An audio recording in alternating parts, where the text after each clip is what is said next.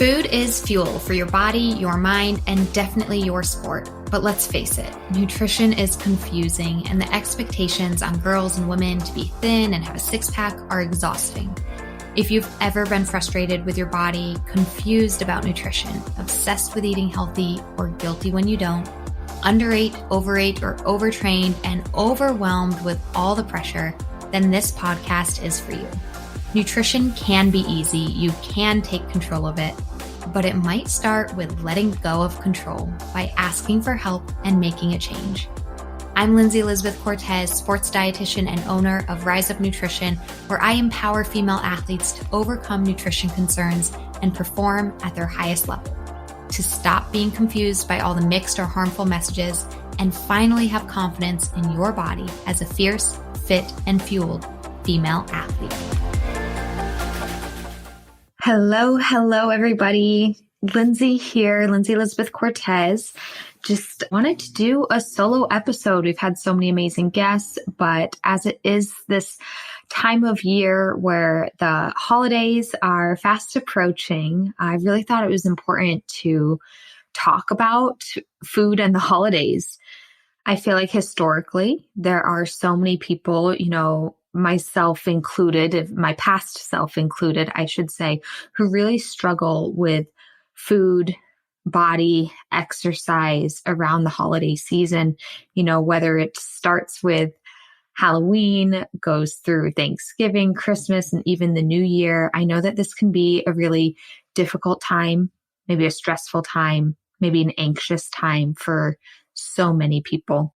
And I do hope that this year, maybe there's a bit more excitement around the holidays, knowing that last year was a little screwed up in 2020 with the COVID-19 pandemic, limiting a lot of people, maybe adding even more stress or not letting you see your family. I truly do hope that people are feeling a bit safer and are able to be with family, maybe travel again and kind of have that positive excitement of the holidays. But even still, maybe we're still struggling with those food issues.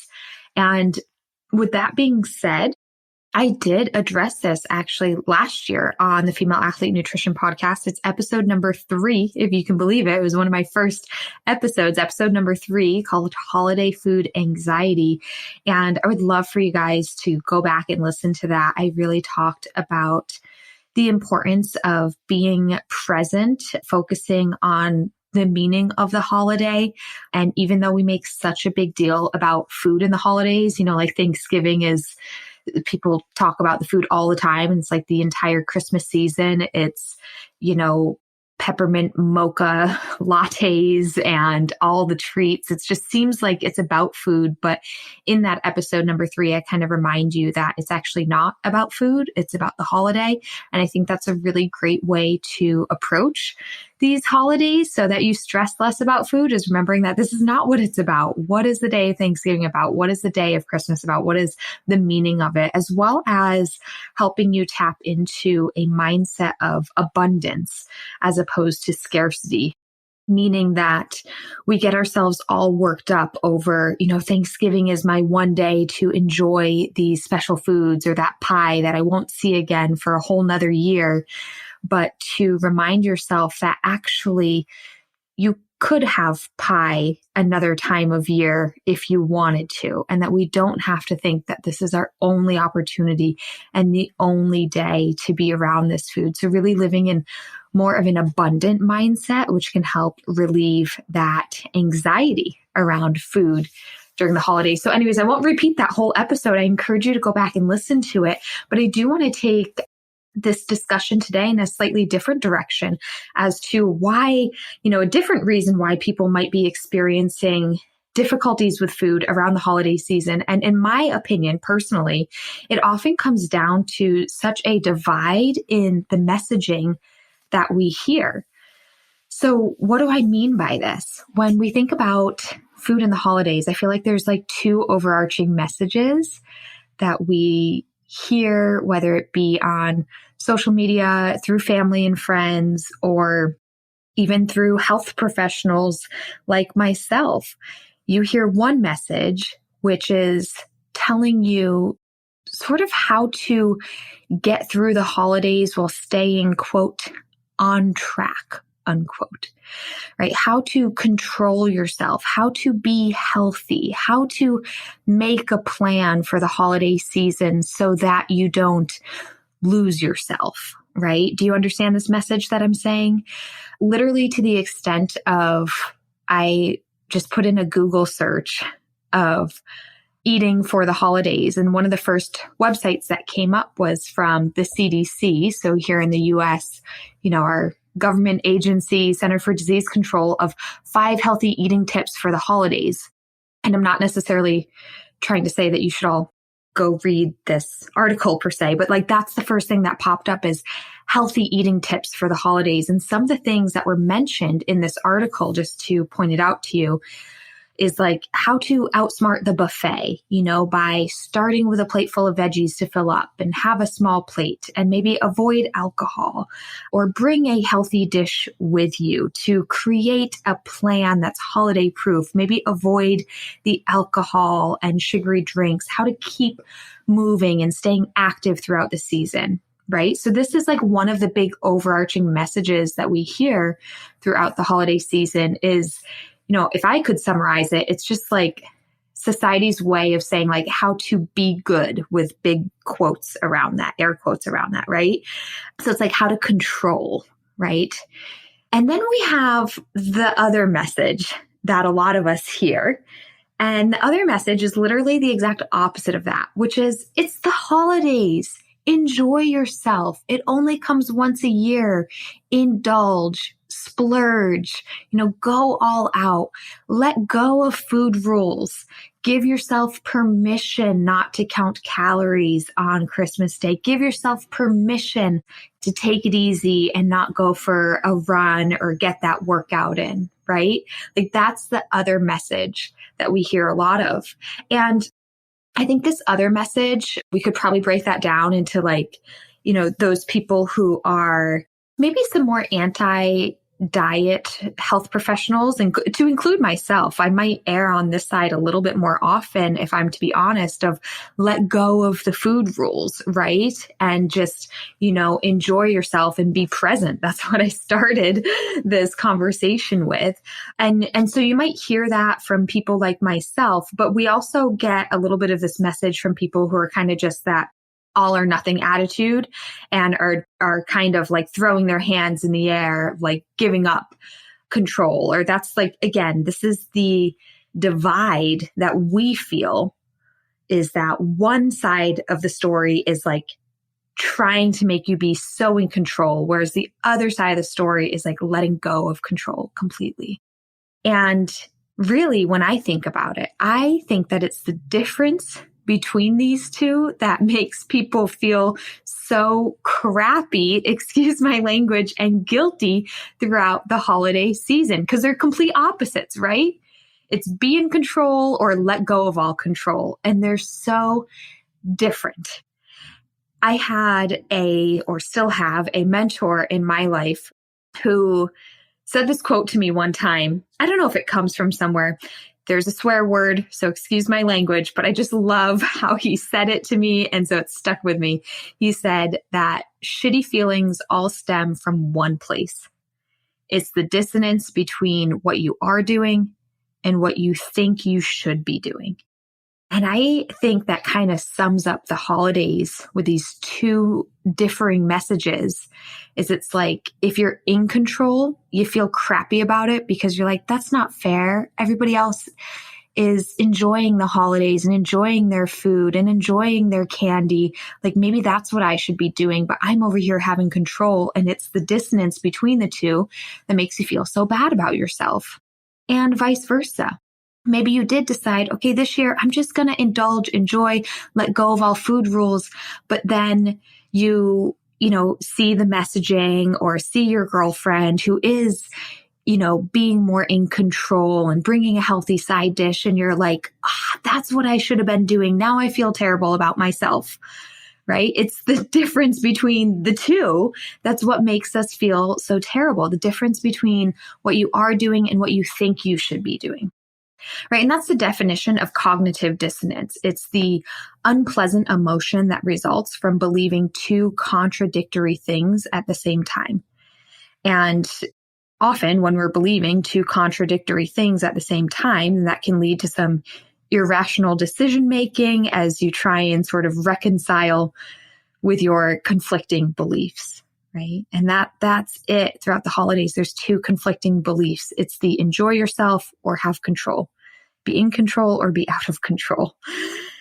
So I've been on both sides of this messaging divide. I've definitely been of the camp that's been like, I'm just going to enjoy myself, go for it. Let go of all the rules, indulge, splurge, eat all the food, and kind of having that I'll get back on track mentality later. I'll get back on track later. And the problem with this for me personally was that I did experience guilt, especially as a registered dietitian, of like, oh, wow, I really didn't do any of those things that the CDC said would be healthy, right? And so I had a little bit of like professional guilt when I did that as a registered dietitian. And also I think as an athlete, the truth was when I was doing that and like fully enjoying or indulging and maybe not honoring and respecting my body physically and what it needed as an athlete, then I didn't feel great on my runs and my workouts. And I didn't feel great when I attempted to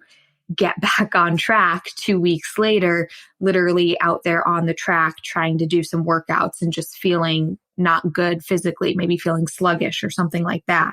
So, I've been on that side and I've also been on the other side for sure I probably had a lot more years on the other side of like being in control, again, with my air quotes around that, meaning I'm going to be the one who brings a healthy side dish, or what I perceive to be healthy, I should clarify. I'm going to be the one who brings a dish that I perceive to be healthier than the traditional holiday meals. I'm going to fill up on veggies. I am going to just drink water. I'm going to have a lighter breakfast and lunch so that it's okay for me to have this larger dinner meal or something like that. Definitely been the one, especially with desserts. I have a sweet tooth and I'm not ashamed to say it. I just really love sweet foods. And so when I was in this phase of like being on that side of controlling more, I would really, I'd say, yes, Lindsey, you can have a slice of pie. That's okay. But just one or just a small one. And the truth is that's not good enough for me. That's just the truth. It's not good enough for me when I try to just say, just have one small piece of pie or whatever dessert it might be. It's not good enough. I want more. I want more pie. And so what does that leave me with? It leaves me thinking about that pie for days and weeks to come and more so regretting it. So again, that dissonance of between what I did and what I think I should do. It's like what I did was controlled how much pie I ate, but what I thought I should have done is I regret it for days. And I'm thinking about that pie, like I should have just had more pie because now I can't have it anymore.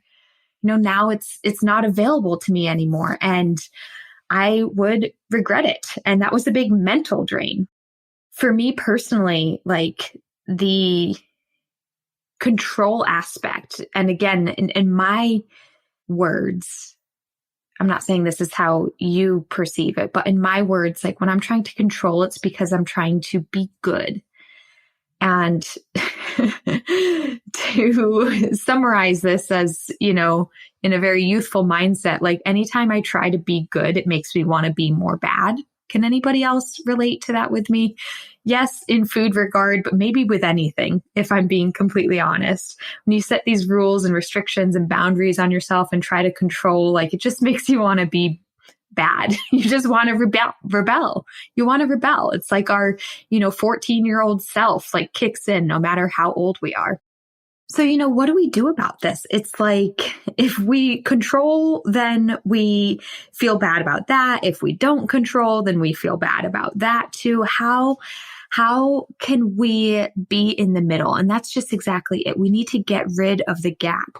We need to get rid of the distance and the divide between these two extreme messages.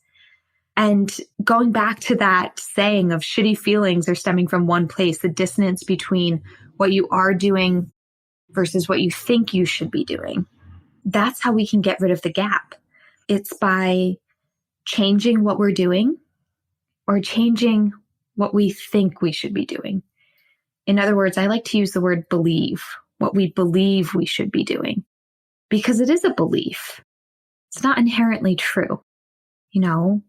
I will sit here in all honesty as a dietitian and tell you, I cannot tell you specifically what to do and what to eat and how to make your holiday perfect. It's honestly something you have to figure out. You have to figure out your belief on this. So you can do one of two things. You can change what you're doing or change what you believe you should be doing. Or maybe it's a little combination of both. So let me get into this a little bit more. If last year you controlled everything and that didn't work out, well, change what you're doing. Don't do that this year. Do something different. Enjoy it a bit more. Let go of food rules a bit more. If that doesn't work out for you this year either, then we also might need to change what we believe we should be doing. And it might not be on either of the two messages that you usually hear. You might have to create a whole new belief for yourself. What do you believe the holidays should be like with food? You can create this for yourself. You don't have to do what everybody else is doing or saying you should do or what you read on the internet. You don't have to do what your sisters are doing, what your cousins are doing. You can create a new belief for what your relationship with food and body could be like throughout the holiday season. And to do that, I think the easiest way is to really ask yourself, how do you want to feel? How do you want to feel on Thanksgiving? How do you want to feel on Christmas Day? How do you want to feel the day after Christmas? What sort of scenario brings a smile to your face and truly feels authentic to you and what you want to do, what you want to eat, how you want to feel? So I'll share a little bit of a personal story, just thinking about myself this year for Thanksgiving. And I know that how I want to feel might be totally different than how you want to feel, but I'm just going to share going through this exercise for myself. Now, unfortunately, it will just be me and my husband for Thanksgiving this year. We are unable to travel due to my pregnancy, so this is a good thing. This is happiness in my life, but we are unable to travel and be with family. So when I think about how I want to feel this year for Thanksgiving coming up, the truth is I really want it to be a normal day when I wake up. When I wake up, I want it to be just a normal day where we have breakfast and coffee, and I probably do want to get some exercise in, which for me right now is looking like stretching, yoga, light walks, maybe a Peloton if I'm up for it. But that's, with me right now in my physical condition, it's nothing intense, but that's a normal day for me right now. I really want the morning to just feel normal, have a normal breakfast, maybe sleep in. That sounds good. Yeah, I would love to sleep in and just kind of feel cozy, but good in my body and get it moving.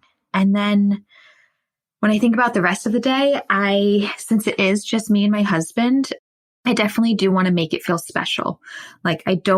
I want the morning to be a normal morning, but I do want to make the day feel special so that I don't feel left out or lonely, that I'm not with the rest of my family. So I personally think that food does make a day feel special, especially when me and Rob cook together. That's a really special thing for us. So I do want to be in the kitchen. I sort of imagine us just planning a few recipes, maybe some of my family recipes, because that will, bring a healthy level of nostalgia to me. So I'll probably make my mom's green bean casserole side dish. And I really love her yam. She does this yam, pecan, and pineapple and apricots side dish that I really, really like.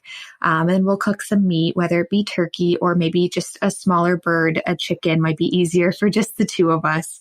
So I'm going to kind of pick and choose because I don't want to feel wasteful on this day. It's just the two of us. I don't want to feel wasteful, but I do want to cook some of those meals that bring happy memories to me of Thanksgivings of the past and when I'm with my family. And I just imagine the two of us kind of in the kitchen, cooking, having music playing, lighting some candles. We're a candle family.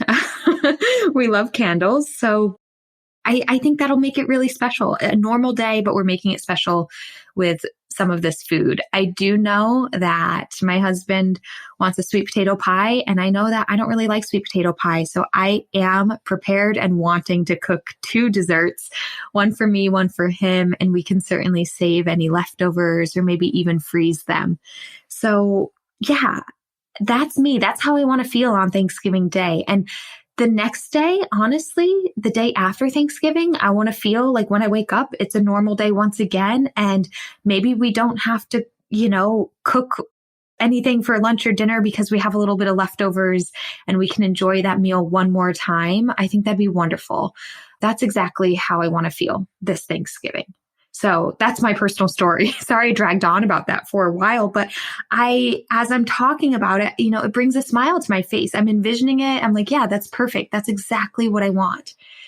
Now, let's face it. We can envision our perfect day as much as we want, and we know that life happens. So I don't want you to do this exercise to plan for everything to be perfect. And then when things don't go perfectly, that creates more stress and anxiety around the holidays. But what I do want you to do is focus in on that feeling. If you are somebody who never knows what to do, you're always stressed about the food situation, always stressed about what to eat or how much or when to eat, think about that now and make sure that you create a feeling that feels authentic and good to you, right? Everything I just said with my own example, I don't think I was on either side of our typical messaging of like controlling myself nor losing control, right? Instead, that was my own belief of how I want to feel on that day.